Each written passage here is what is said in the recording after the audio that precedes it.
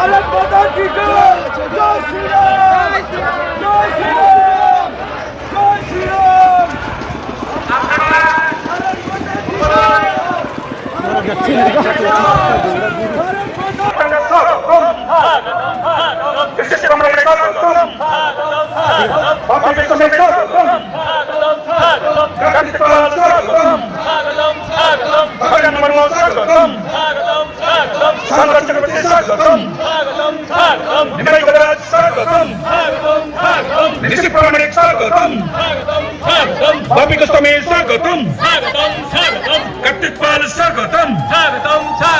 खगन मुर्मू स्वागतम, शंकर चक्रवर्ती स्वागतम, निमाई कबराज।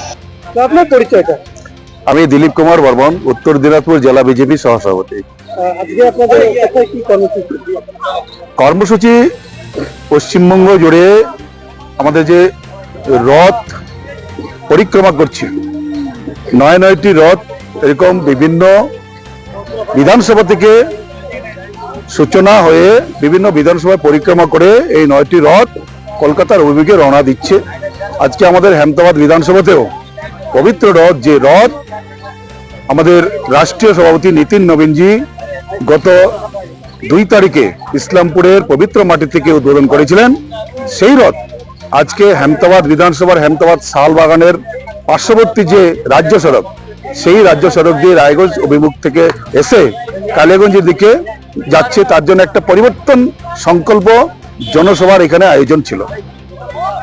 এখানে কিভাবে এসছে, কিভাবে আপনারা স্বাগত জানালেন? রথ মানে পবিত্র একটা রথ, যেখানে স্বয়ং দেবী দেবতাদের অবস্থান থাকে। আমরা পশ্চিমবঙ্গের মাটি একদম কলুষিত হয়ে গেছে। আপনারা দেখেছেন বিভিন্ন সময় নারীদের ধর্ষণ হয়েছে, মহিলাদের নির্যাতন হয়েছে, রক্তে রক্তাক্ত পশ্চিমবঙ্গের মাটি আর পাপে পরিপূর্ণ হয়ে গেছে।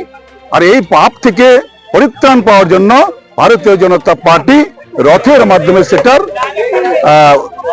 পরিত্রাণ করার চেষ্টা চলছে এবং তাতে মানুষের সাড়া দিচ্ছে। সাধারণ মানুষ এই পবিত্র রথকে দেখার জন্য আর ছুটে আসতেছে। খগন মুর্মুকে দেখলাম তার আদিবাসী ভাষায় কথা বললেন, এটা কি কোথাও আদিবাসী ভোট টানার চেষ্টা?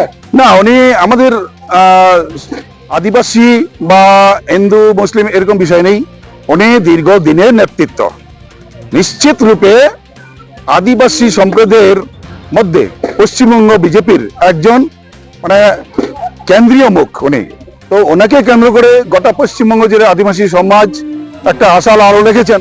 এইরকম সমাজের নিচু স্তরের মানুষকেও ভারতীয় জনতা পার্টি এমপি হিসেবে রেখেছে। আপনারা দেখেছেন যে দ্রৌপদী মুর্মু মহাশয়, ওনাকেও আমরা রাষ্ট্রপতি হিসেবে ভারতবর্ষে পাচ্ছি।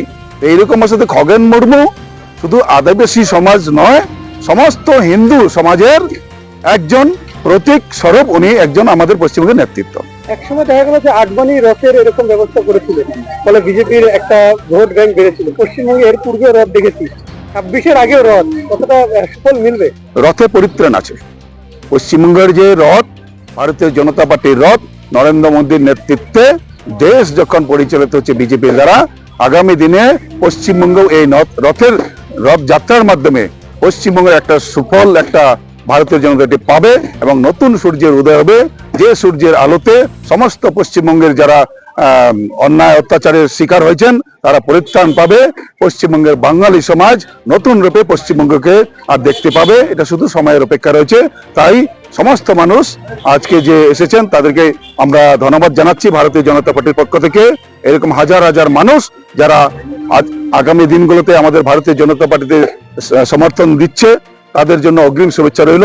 আসুন আমরা সোনার বাংলার গড়ার লক্ষ্যে কেন্দ্রে নরেন্দ্র মোদীর সরকারকে আমরা পশ্চিমবঙ্গের সরকারে পরিণত করি।